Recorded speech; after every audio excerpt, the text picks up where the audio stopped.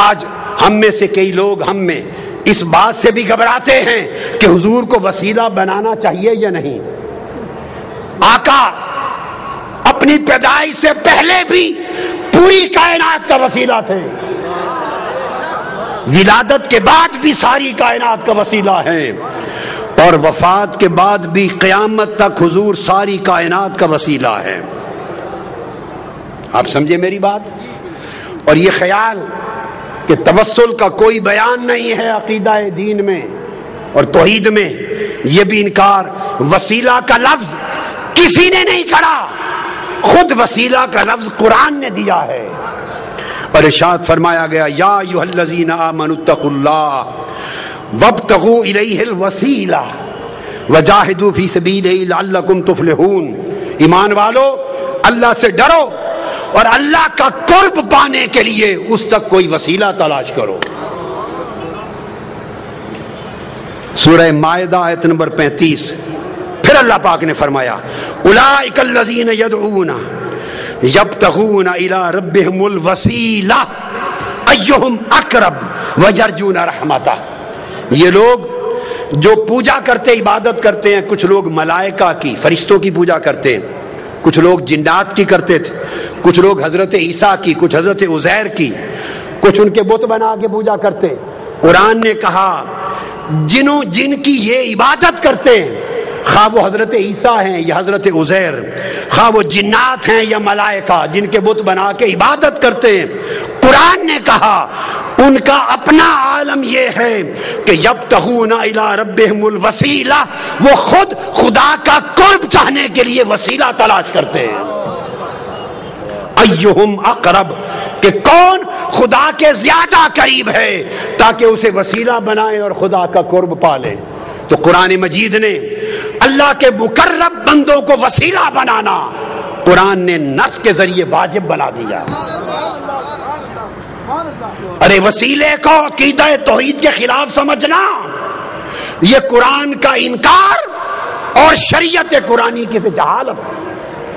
پوچھو حضرت یوسف علیہ السلام سے، جب ان کے والد حضرت یعقوب علیہ السلام کی بینائی چلی گئی تھی اور ان کے 11 بھائی حاضر ہوئے مصر میں، جب وہ وزیر تھے، بادشاہ تھے مصر کے، اور بتایا کہ حضرت یعقوب آپ کے والد آپ کے غم میں، جب ملاقات ہو گئی تھی، غم میں رو رو کے بینائی دے بیٹھے. اب قرآن کہتا ہے جب پتہ چل گیا کہ بینائی چلی گئی تو کیا کرتے؟ یوسف علیہ السلام ہاتھ اٹھا کے دعا کرتے، عرض کرتے باری تعالیٰ میرے والد حضرت یعقوب کی بینائی لوٹا دے. آج صرف یہی طریقہ بتایا جاتا ہے نا، صرف یہ. تو یوسف علیہ السلام نے یہ کام نہیں کیا، کر سکتے تھے. اللہ کے پیغمبر سے بہتر توحید کو کون جانتا ہے؟ کرتے باری تعالیٰ میرے باپ یعقوب کو بینائی دے دے. حضرت یعقوب علیہ السلام خود نبی ہیں، خود نبی، وہ خود دعا کرتے مولا مجھے بینائی دے دے. نہ حضرت یعقوب نے خود براہ راست دعا کی، نہ حضرت یوسف علیہ السلام نے کی. تو کیا کیا؟ جب پتہ چلا کہ بینائی چلی گئی، اپنا قمیض اتار کے دے دیا. قمیض اتار کر قرآن کہتا ہے اذهبوا بقمیصی ھذا فالقوه علی وجه ابیات بصیرا فلما ان جاء البشیر فالقاه علی وجهه فارتد بصیرا. اپنا قمیض اتارا جو حضرت ابراہیم علیہ السلام کے وقت سے ان کے پاس چلا آتا تھا، اتار کے قمیض دیا اور کہا یہ میرا قمیض میرے والد حضرت یعقوب کے چہرے آنکھوں پہ رکھنا، اس کے وسیلے سے بینائی آ جائے گی.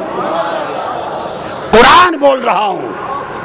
پر وہ قرآن بتاتا ہے کہ جب وہ قمیض لے کے بھائی آیا، حضرت یعقوب کے چہرے پہ رکھا، حضرت یوسف کے قمیض کے وسیلے سے بینائی لوٹ آئی.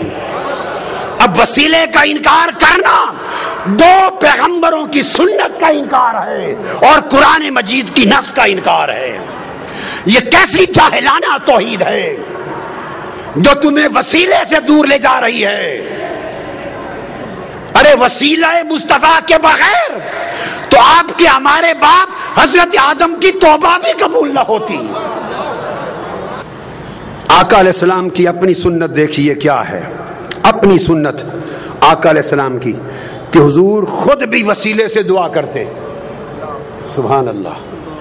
میں آپ کو حدیث دے رہا ہوں اور یہ حدیث دے رہا ہوں آج تک کسی محدث نے آقا کی اس دعا کی روایت کو رد نہیں کیا، رد نہیں کیا. اور وہ دعا کیا ہے کہ سیدنا علی المرتضیٰ کرم اللہ وجہ الکریم کی والدہ ماجدہ جب وفات پا گئی، حضرت فاطمہ بنت اسد بن ہاشم آقا علیہ السلام کی چچی تھی، پالا تھا، پیار کیا تھا. وفات ہو گئی جب تو آقا کو بڑا غم تھا.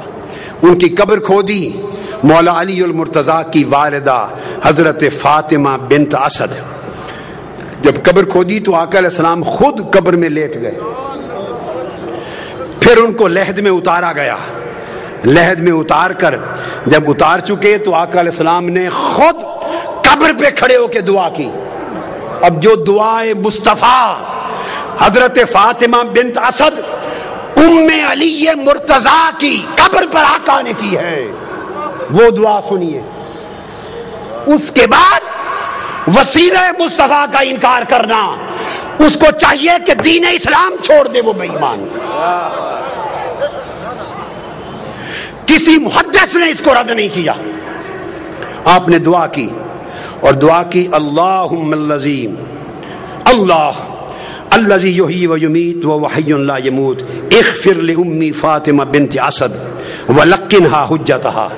اے اللہ جو زندہ اور سلامت ہے اور قائم و دائم ہے، جو فوت نہیں ہوتا، میری ماں فاطمہ بن اسد کی بخشش فرما، اس کو اس کے کلمہ کی تلقین فرما.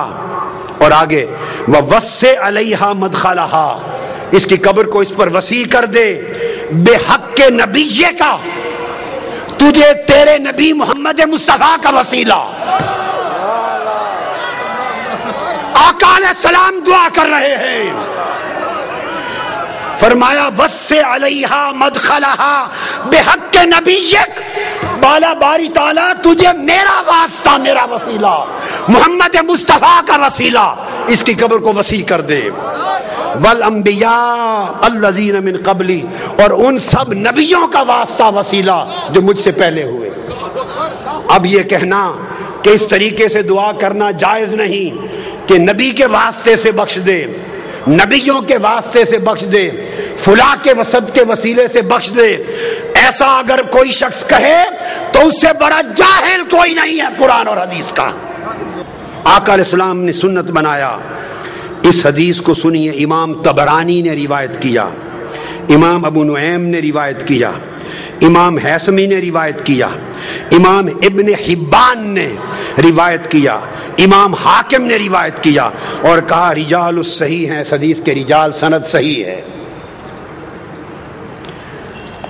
یہ آقا علیہ السلام نے خود اپنے وسیلے سے دعا کی. ارے جب آقا علیہ السلام کی ولادت بھی نہ ہوئی تھی، حضرت عمر فاروق رضی اللہ تعالیٰ عنہ روایت کرتے ہیں، سرکار فاروق اعظم، اور اس حدیث کو امام حاکم نے روایت کیا، امام بیہقی نے، اور امام حاکم نے کہا ھذا حدیث صحیح الاسناد. پھر اس حدیث کو حافظ ابن کثیر نے روایت کیا، علامہ امام سیوطی نے روایت کیا، علامہ ابن تیمیہ نے روایت کیا، مجموع الفتاوی جلد 2 صفحہ 151 علامہ ابن تیمیہ نے. اور اس روایت کو بیان کر کے جرا نہیں کی، اس کو کہا کہ یہ حدیث دیگر احادیث صحیحہ کی قرآنی آیات کی طرح تفسیر کرتی ہے، مقبول قرار دیا. سیدنا فاروق اعظم نے کہا کہ آقا علیہ السلام نے فرمایا، آدم علیہ السلام جب زمین پہ آئے تو دعا کی، یا رب اسألک بحق محمد لما غفرت لی، میں تجھے واسطہ محمد مصطفیٰ سے بخشش مانگتا ہوں. اللہ نے فرمایا فقد غفرت لک ولولا محمد ما خلقتک، آدم تو نے مصطفیٰ کا وسیلہ پیش کیا ہے، میں نے تیری خطا معاف کر دی، اگر محمد نہ ہوتے تو تجھے بھی پیدا نہ کرتا. میں نے اختصار سے بتا دیا، اور اس کو میں نے کہا کہ ابن تیمیہ نے بھی تک نے اس کی تصریح اور تائید کی، اور امام طبرانی نے حدیث سے صحیح کے ساتھ